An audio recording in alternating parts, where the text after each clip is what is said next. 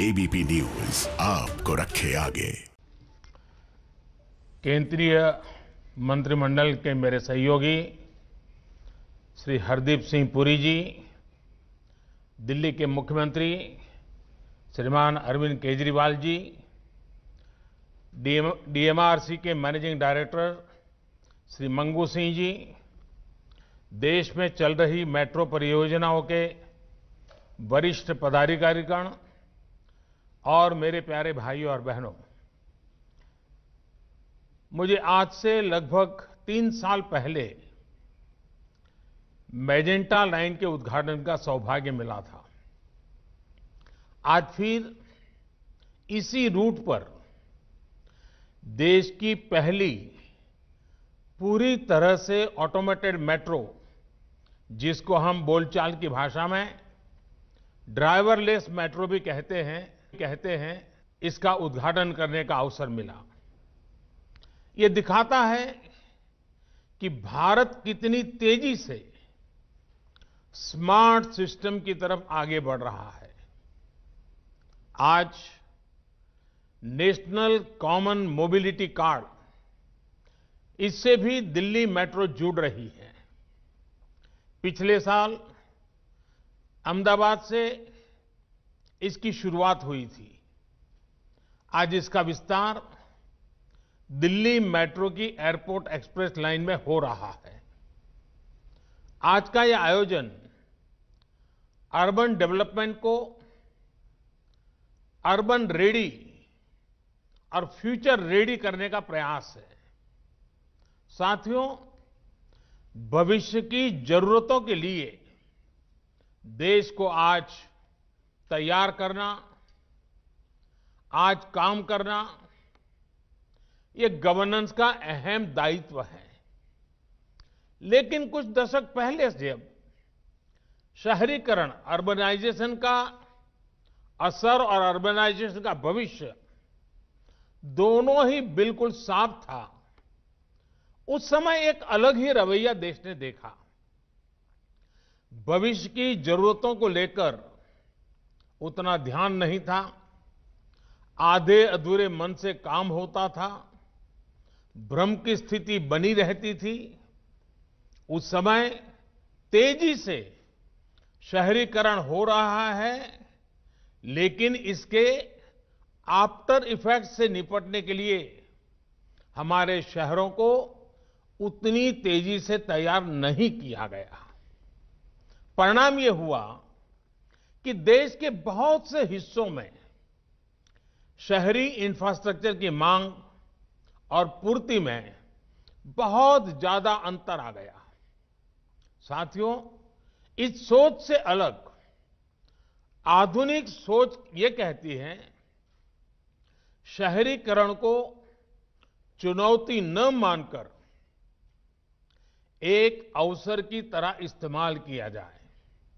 एक ऐसा अवसर जिसमें हम देश में बेहतर इंफ्रास्ट्रक्चर बना सकते हैं, एक ऐसा अवसर जिसमें हम ईज ऑफ लिविंग बढ़ा सकते हैं।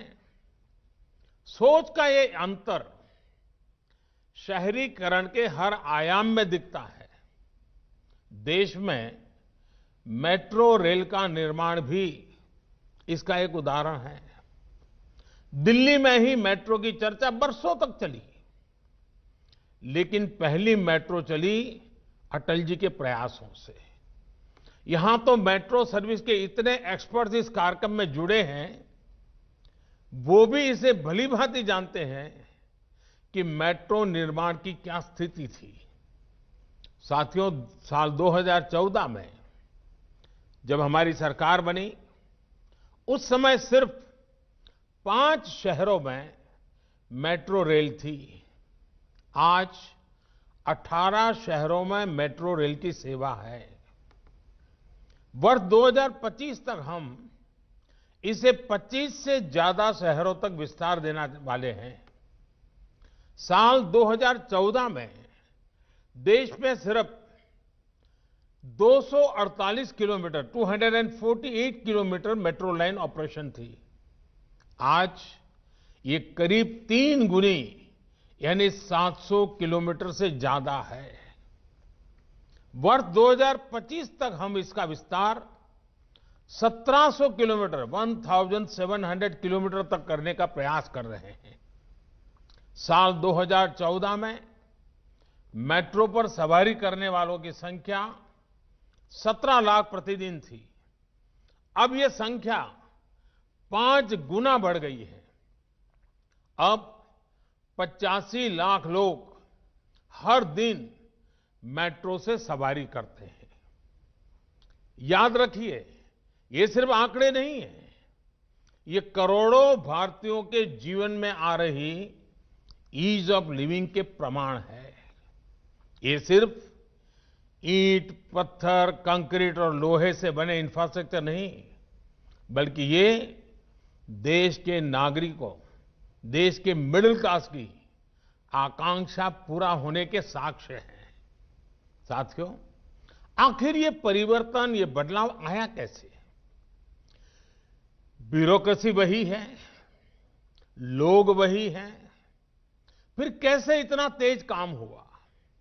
इसकी वजह यही रही कि हमने शहरीकरण को चुनौती नहीं बल्कि अवसर के रूप में देखा। हमारे देश में पहले कभी मेट्रो को लेकर कोई नीति ही नहीं थी। कोई नेता कहीं वायदा कराता था, कोई सरकार किसी को संतुष्ट करने के लिए मेट्रो का ऐलान कर देती थी। हमारी सरकार ने इस एडहोकिज्म से बाहर आकर के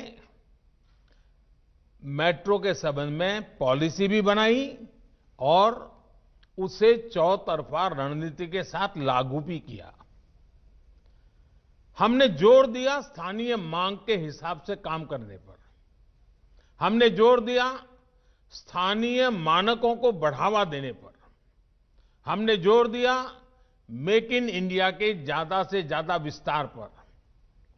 हमने जोर दिया आधुनिक टेक्नोलॉजी के उपयोग पर। साथियों, आप में से अधिकांश लोग ये जानते हैं कि देश के अलग अलग शहरों की अलग अलग आवश्यकताएं, अलग अलग आकांक्षाएं और अलग अलग चुनौतियां होती हैं। अगर हम एक ही फिक्स मॉडल बनाकर मेट्रो रेल का संचालन करते तो तेजी से विस्तार संभव ही नहीं था।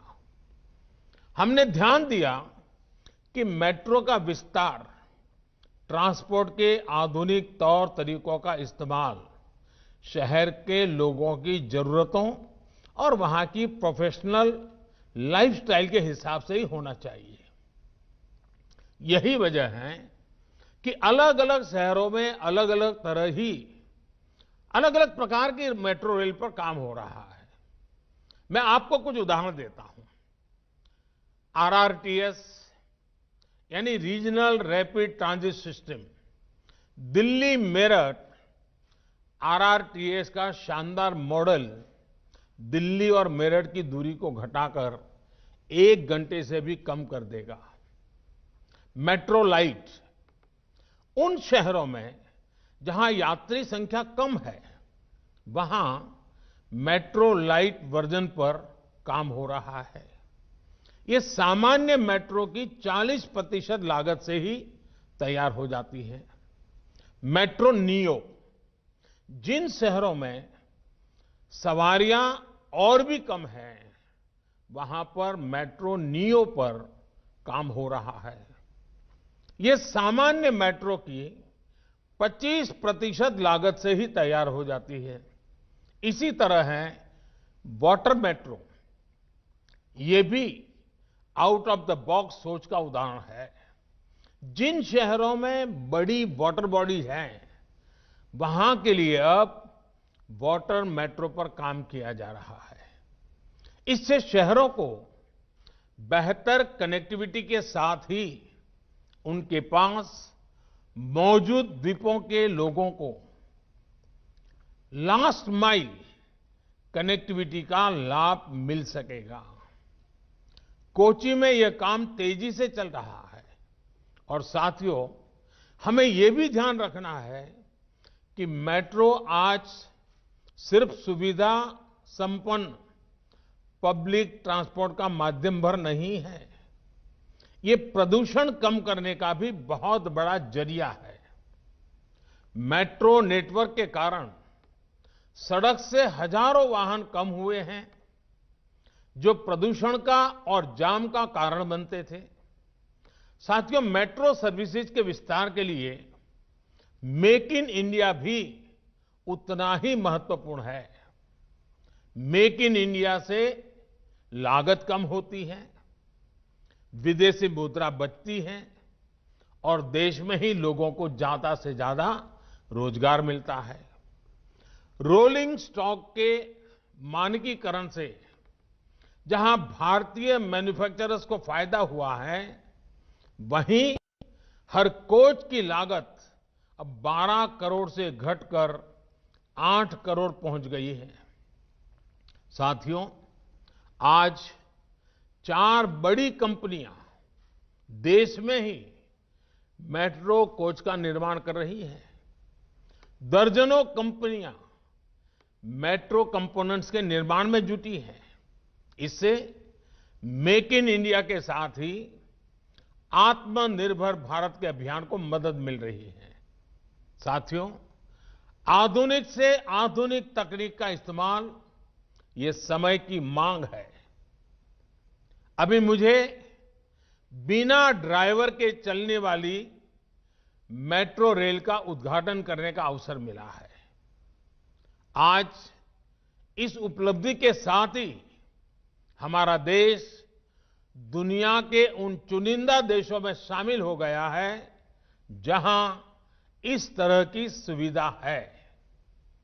हम ऐसे ब्रेकिंग सिस्टम के भी प्रयोग कर रहे हैं जिनमें ब्रेक लगाने पर 50% ऊर्जा वापस ग्रिड में चली जाती है। आज मेट्रो रेल में 130 मेगावाट सोलर पावर का इस्तेमाल किया जा रहा है, जिसे बढ़कर 600 मेगावाट तक ले जाने का इरादा है। आर्टिफिशियल इंटेलिजेंस उसका उपयोग करते हुए आर्टिफिशियल इंटेलिजेंस लेस प्लेटफॉर्म और स्क्रीनिंग दरवाजे, इन आधुनिक तकनीकों पर भी काम तेजी से चल रहा है। साथियों, आधुनिकीकरण के लिए एक ही तरह के मानक और सुविधाएं उपलब्ध कराना बहुत जरूरी है। राष्ट्रीय स्तर पर कॉमन मोबिलिटी कार्ड इसी दिशा में एक बड़ा कदम है। कॉमन मोबिलिटी कार्ड का लक्ष्य बिल्कुल स्पष्ट है। आप जहां कहीं से भी यात्रा करें, आप जिस भी पब्लिक ट्रांसपोर्ट से यात्रा करें, ये एक कार्ड आपको इंटीग्रेटेड एक्सेस देगा। यानी एक कार्ड ही हर जगह के लिए पर्याप्त है। ये हर जगह चलेगा। साथियों, मेट्रो के सफर करने वाले जानते हैं किस तरह अक्सर सिर्फ एक टोकन लेने के लिए कितनी कितनी देर लाइन में लगे रहना होता है। दफ्तर या कॉलेज पहुंचने में देर हो रही है और ऊपर से टिकट की परेशानी। मेट्रो से उतर भी गए तो बस का टिकट। आज जब हर किसी के पास समय की कमी है, तो रास्तों में समय नहीं गंवाया जा सकता। एक जगह से दूसरी जगह जाने के लिए ऐसी दिक्कतें अब देश के लोगों के सामने रुकावट न बने, हम इस दिशा में काम कर रहे हैं। साथियों, देश के सामर्थ्य और संसाधनों का देश के विकास में सही इस्तेमाल हो, ये हम सभी की जिम्मेदारी है। आज तमाम व्यवस्थाओं को एकीकृत करके देश की ताकत को बढ़ाया जा रहा है। एक भारत श्रेष्ठ भारत को मजबूत किया जा रहा है। One nation one mobility card की तरह ही बीते वर्षों में हमारी सरकार ने देश की व्यवस्थाओं का एकीकरण करने के लिए अनेक काम किए हैं। वन नेशन वन फास्टैग ने देश भर के हाईवे पर ट्रैवल सीमलेस हुआ, अनावश्यक रोक टोक रुकी है, जाम से मुक्ति मिली है, देश का समय और देरी से होने वाला नुकसान कम हुआ है। वन नेशन वन टैक्स यानी जीएसटी ने देश भर में टैक्स का जाम समाप्त हुआ है। डायरेक्ट टैक्स से जुड़ी व्यवस्था एक जैसी हुई है। One nation one power grid, इससे देश के हर हिस्से में पर्याप्त और निरंतर बिजली की उपलब्धता सुनिश्चित हो रही है। बिजली का नुकसान कम हुआ है। One nation one gas grid, इससे समंदर से दूर देश के उन हिस्सों को सीमलेस गैस कनेक्टिविटी सुनिश्चित हो रही है जहां गैस आधारित जीवन और अर्थव्यवस्था पहले सपना हुआ करता था। One nation one health insurance scheme यानी आयुष्मान भारत से देश के करोड़ों लोग एक राज्य में ही नहीं बल्कि पूरे देश में कहीं भी इसका लाभ ले रहे हैं। One nation one ration card, इससे भी एक स्थान से दूसरे स्थान जाने वाले नागरिकों को नया राशन कार्ड बनाने के चक्करों से मुक्ति मिली है। एक राशन कार्ड से पूरे देश में कहीं भी सस्ते राशन की सुविधा संभव हो पाए हैं। इसी तरह नए कृषि सुधारों और इनाम जैसी व्यवस्थाओं से one nation one agriculture market की दिशा में देश आगे बढ़ रहा है। साथियों, देश का हर छोटा बड़ा शहर 21वीं सदी के भारत की अर्थव्यवस्था का बड़ा सेंटर होने वाला है। हमारी दिल्ली तो देश की राजधानी भी है। आज जब 21वीं सदी का भारत दुनिया में नई पहचान बना रहा है तो हमारी राजधानी में वो भव्यता रिफ्लेक्ट होनी चाहिए। इतना पुराना शहर होने की वजह से इसमें चुनौतियां जरूर है, लेकिन इन चुनौतियों के साथ ही हमें इसको आधुनिकता की नई पहचान भी देनी है। इसलिए आज दिल्ली को आधुनिक स्वरूप देने के लिए अनेकों प्रयास किए जा रहे हैं। दिल्ली में इलेक्ट्रिक मोबिलिटी को बढ़ाने के लिए सरकार ने इनकी खरीद पर टैक्स में भी छूट दी है। दिल्ली की सैकड़ों कॉलोनियों का नियमितीकरण हो या फिर झुग्गियों में रहने वाले परिवारों को बेहतर आवास देने का प्रयास, दिल्ली की पुरानी सरकारी इमारतों को आज की जरूरत के अनुसार एनवायरमेंटल फ्रेंडली बनाया जा रहा है। जो पुराना इंफ्रास्ट्रक्चर है उसको आधुनिक टेक्नोलॉजी आधारित इंफ्रास्ट्रक्चर से बदला जा रहा है। साथियों, दिल्ली में पुराने टूरिस्ट डेस्टिनेशन के अलावा 21वीं सदी के नए आकर्षण भी हो, इसके लिए काम जारी है। Delhi international conference, international exhibition, international business tourism इसका अहम सेंटर होने वाला है। इसके लिए द्वारका में देश का सबसे बड़ा सेंटर बन रहा है। इसी तरह एक और जहां नई संसद भवन के निर्माण का काम शुरू हुआ है, वहीं एक बहुत बड़े भारत वंदना पार्क को भी तैयार किया जा रहा है। ऐसे हर काम से दिल्ली वालों के लिए हजारों रोजगार भी बन रहे हैं और शहर की तस्वीर भी बदल रही है। दिल्ली 130 करोड़ से अधिक आबादी की दुनिया की बड़ी आर्थिक और सामरिक ताकत की राजधानी है। उसी भव्यता के दर्शन यहां होने चाहिए। मुझे विश्वास है कि हम सब मिलकर काम करते हुए दिल्ली के नागरिकों का जीवन और बेहतर बनाएंगे, दिल्ली को और आधुनिक बनाएंगे। एक बार फिर नई सुविधाओं के लिए मैं देश को भी और दिल्ली वासियों को भी बहुत बहुत बधाई देता हूं। धन्यवाद।